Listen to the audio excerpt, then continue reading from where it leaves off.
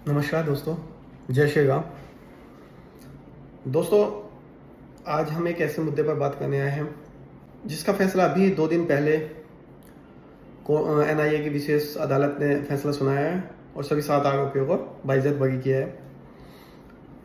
सबसे पहले आप ये फोटो देखिए।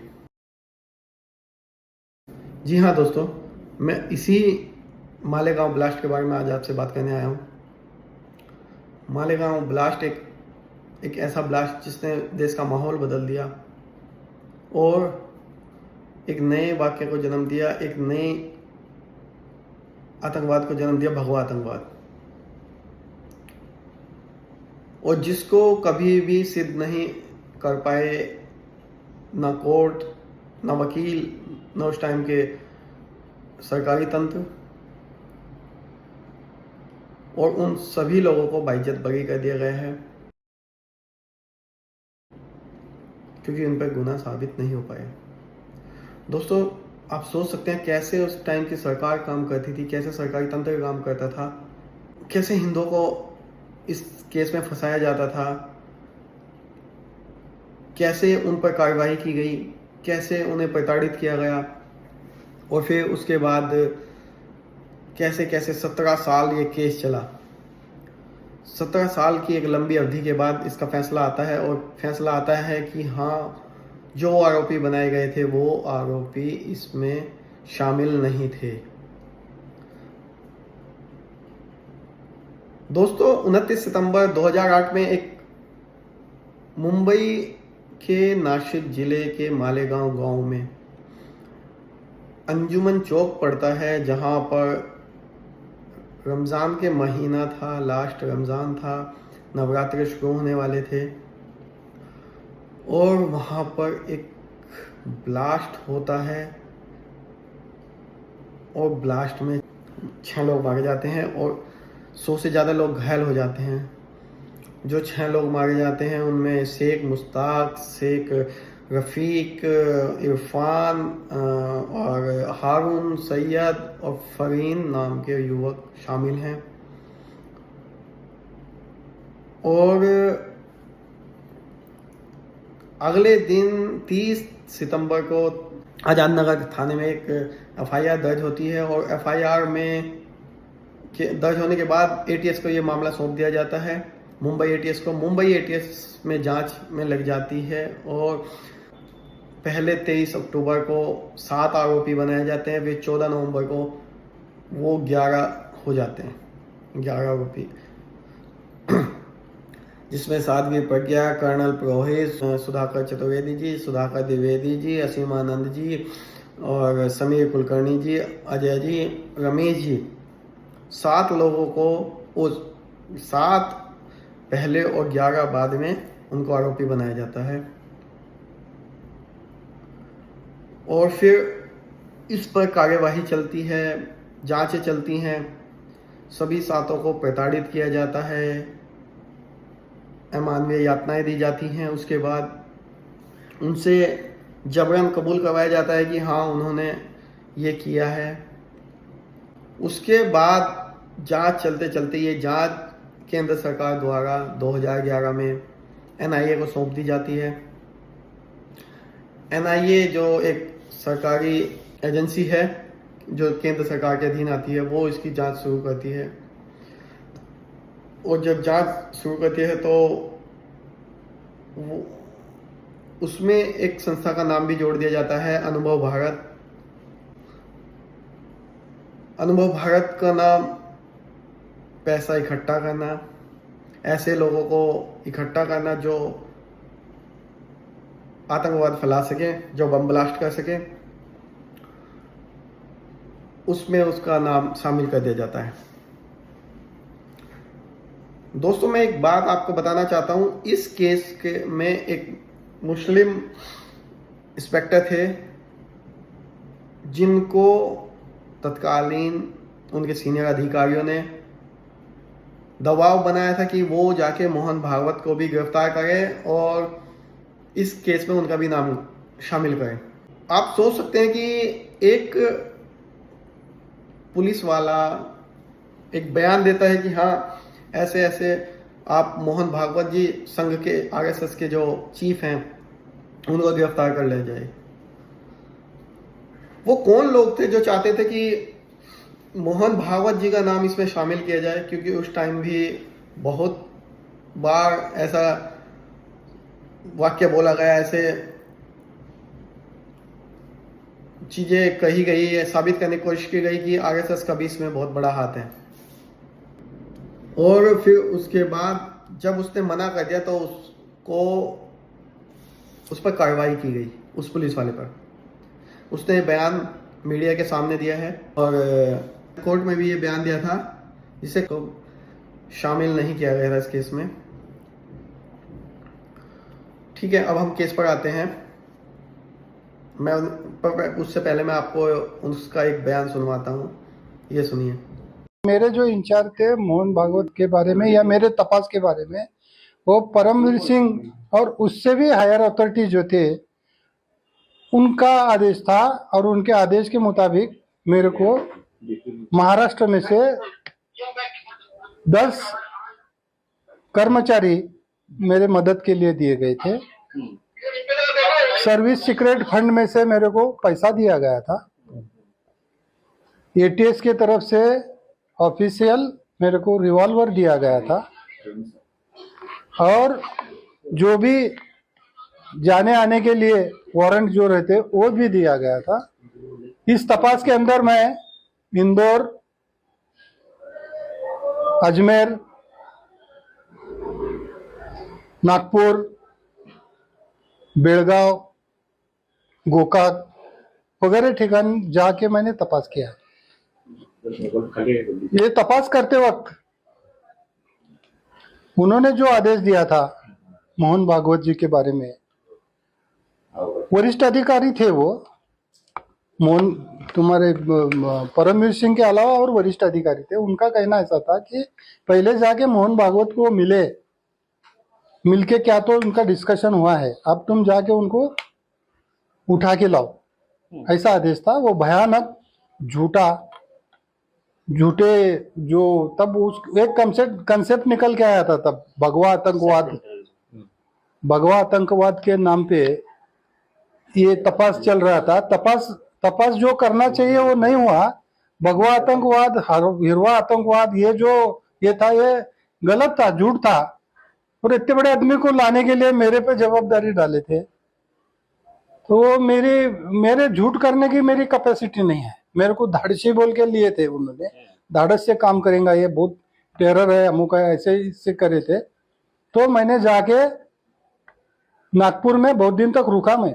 अच्छा, मगर वो काम नहीं किया मैं। क्यों आपके नहीं, वो झूठ काम है तो क्यों का सवाल ही नहीं आता। झूठा काम है, और ये कहीं तो भी अगर मैं लाता तो आज मेरी हालत क्या होती थी।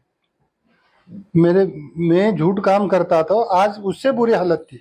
मैं ये काम नहीं किया, इस वजह से मेरे पे झूठा गुना दाखिल हो गया।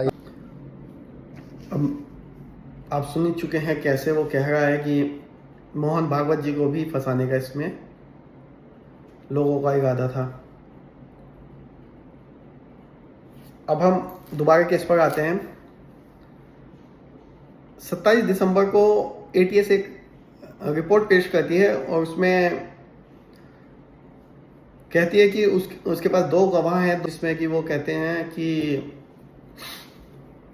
हम उन 2 मीटिंगों में शामिल थे जिसमें ये धमाका करने के लिए प्लानिंग की गई।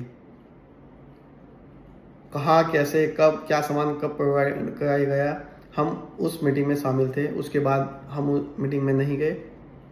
2 गवाह भी पेश करती है और 7 आतंकवादियों पर मोकाका लगा देती है। और जब ये जांच एनआईए के हाथ में जाती है तो वो भी कोर्ट में साक्ष्य पेश करती है और वो मोकाका उन 7 आरोपियों पर मोकाका नहीं हटता। उसके बाद अप्रैल 2015 में सुप्रीम कोर्ट में जाता है। सुप्रीम कोर्ट सभी 7 आरोपियों पर मोकाका हटा देता है, बॉम्बे हाई कोर्ट के फैसले को बदल देता है और सभी 7 आरोपियों पर मोकाका हटा देता है। उसके बाद ये केस 2 साल बाद 15 अप्रैल 2017 को साध्वी जी को सशर्त जमानत दे दी जाती है। उसके 1 साल बाद 2018 में फिर सुनवाई हुई। 223 गवाहों की गवाही ली गई और उसमें से 40 अपने बयान से मुकर जाते हैं। वो कहते हैं कि हमारे ऊपर दबाव बनाया गया था, हमें झूठा फंसाने की धमकी दी गई थी, डरा धमका कर हमारे से बयान लिए गए हैं एटीएस ने। और उस टाइम एटीएस के जो चीफ थे वो थे हेमंत करकरे, जिन पर साध्वी प्रज्ञा जी ने अमानवीय प्रताड़ना का आरोप भी लगाया था। उन्होंने 24 दिन तक पिटाई की मेरी, दिन रात पिटाई करते थे और इतनी बुरी तरह से मारते थे कि मेरे ये पूरे पैर हाथ नीले और काले पड़ जाते थे। उंगलियां भी ऐसी टेढ़ी नहीं होती थी, मैं ग्लास भी नहीं पकड़ पाती थी पानी पीने के लिए। पीटते थे यानी महिला पुलिसकर्मी थी जो?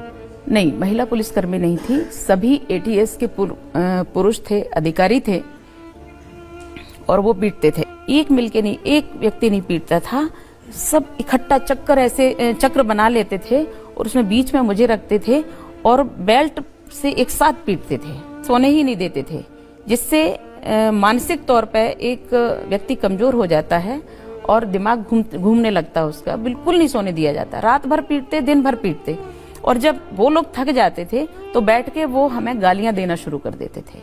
इतनी अभद्र, इतनी गंदी गालियां देते थे जिसकी कल्पना नहीं थी। एक बहुत बड़ा षड्यंत्र कांग्रेसी सरकार का, यूपीए सरकार थी उस समय केंद्र में, उनका ये षड्यंत्र था भगवा आतंकवाद। भगवा आतंकवाद को सिद्ध करने के लिए उन्होंने ये प्रारंभ किया। क्या कहलवाना चाहते थे? वो ये कहलवाना चाहते थे कि आरएसएस के लोगों ने कहा और हमने ब्लास्ट किया। जो अब इस दुनिया में नहीं है, 26/11 के हमले में वो शहीद हो गए थे। लेकिन आप देखिए कि कैसे सभी पूरा तंत्र लग जाता है कि इन लोगों को कैसे आरोपी बनाया जाए और हिंदू आतंकवाद की परिभाषा गढ़ी दी जाती है। 25 जुलाई 2014 से 19 अप्रैल 2025 तक अभियोजन और बचाव पक्ष की दलीलें पेश होती हैं और फैसला सुरक्षित रखा दिया जाता है। उसके बाद 31 जुलाई 2025 में कोर्ट अपना फैसला सुनाता है और सभी 7 आरोपियों को बाइज्जत बरी कर देता है। कि 17 साल के संघर्ष के बाद ये बात साबित हुआ कि भगवा आतंकवाद नाम की कोई चीज नहीं है। कोर्ट ने बताया ना कि ये गाड़ी साध्वी की नहीं साबित कर पाए। ये गाड़ी साध्वी की थी, प्रोसिक्यूशन नहीं प्रूव पाया। ये गाड़ी साध्वी के पोजीशन में नहीं प्रूव पाया। आरडीएस कर्नल पुरोहित कश्मीर चलाए नहीं प्रूव पाया। वो उनके सुधाकर दत्त चतुर्वेदी के घर में बम बनाया नहीं प्रूव पाया। और साहब एटीएस का अधिकारी बगाड़े करके है, उसने कोर्ट में गवाही दिया है कि उसमें लोगों प्लांट किया गया उसके घर में। दूसरी बात कि इस मामले में जितने भी बातें इकट्ठा हुई वो सबको कोर्ट ने एक एक करके निरस्त किया है। दोस्तों, कैसे पूरा तंत्र, पूरी सरकारें, पूरा सरकारी महकमा किस तरीके से हिंदुओं को आतंकवादी बनाने में लगा हुआ था। इस केस से आप देख सकते हैं कैसे उनको फांसी मतलब सजा दिलाने के पीछे लगा हुआ था और ये दिखाने में लगा हुआ था कि भगवा आतंकवादी भी होता है। हमारे साधुओं को, हमारे हिंदुओं को, हमारे जितने भी संगठन हैं, हिंदू संगठन हैं, उनको बदनाम करने के लिए ये सारा खेल रचा गया था, जिसके लिए अमित शाह जी ने संसद में भी बयान दिया था। मैं एक बार आपको सुनवा देता हूँ वो बयान। बंबई का हमला, बंबई के हमले के बाद आज ये दिग्विजय सिंह चले गए हैं। उन्होंने कहा है तो आरएसएस ने करा। मान्यवर ये क्या बोल रहे हैं? किसके लिए बोल रहे हैं? किसको बचा रहे हैं? क्या कहना चाहते हैं? और हिंदू टेरर का सबूत किसको? मैं आज दुनिया के सामने, देश की जनता के सामने गर्व से कहता हूं कि हिंदू कभी टेरर नहीं है। ये बयान संसद में अमित शाह जी ने दिया है कि हिंदू आतंकवादी हो ही नहीं सकता। और इससे विपक्ष को इतनी मिर्ची लग गई, इतना परेशान हो गया विपक्ष कि वो हा हुल्ले पर उतारू हो गया, शोर मचाने लगा। मेरी समझ में नहीं आता कि विपक्ष चाहता क्या है, हिंदुओं को आतंकवादी बनाना चाहता है या हिंदुओं को आतंकवादी साबित करने पे क्यों तुला हुआ है। और भगवा आतंकवाद के नाम पर उस समय की कांग्रेस सरकार ने 2009 के लोकसभा चुनाव में जाने के पहले लोगों को झूठे केस में फंसाया था। उस टाइम भी जब ये केस सामने आया था, हिंदुओं को आतंकवादी बनाने के साबित करने के चक्कर में विपक्ष ने बहुत ही हंगामा किया था। और जो हमारे यूपीए के संगठन के जो अन्य पार्टियां थी, उन्होंने भी संसद में खूब हंगामा किया था, खूब दलीलें पेश की थी, खूब बयान दिए थे कि हाँ भगवा आतंकवाद, भगवा आतंकवाद, भगवा आतंकवाद। और कल 31 तारीख को ये साबित हो गया कि भगवा आतंकवाद नहीं हो सकता, भगवा आतंकवादी कभी हो ही नहीं सकता। ये 31 जुलाई 2025 को साबित हो गया। सभी जिनको आरोपी बनाया गया था सब बाइज्जत बरी हो गए। तो दोस्तों, अब मैं आपको यही समझाने की कोशिश कर रहा था कि कैसे कांग्रेस और उसके सहयोगी दल कैसे हिंदुओं पर अत्याचार करते थे अपने समय में और कैसे हिंदुओं को आतंकवादी बनाने में लगे हुए थे। तो अब आप समझदार हैं, आप खुद फैसला कीजिए कि कैसे कैसे हमें आगे सरकार को सपोर्ट करना है, बीजेपी सरकार को सपोर्ट करना है। अब फैसला आपको करना है कि हाँ, सोचिए कि कैसे कांग्रेस और उसके सहयोगी दल हिंदुओं को आतंकवादी बनाने पर आतुर थे। सोचिए, क्या भगवा आतंकवाद हो सकता है? या बदनाम करने के लिए हिंदू संगठनों को ऐसे ही बदनाम किया जाए, कभी उनको गोकशी के आरोप में, कभी किसी आरोप में, कभी अखला, कभी मालेगांव। ये कांग्रेस का षड्यंत्र था जो इसका पर्दाफाश हो चुका है और कोर्ट में ही साबित हो चुका है। जय हिंद, जय भारत, जय श्री राम।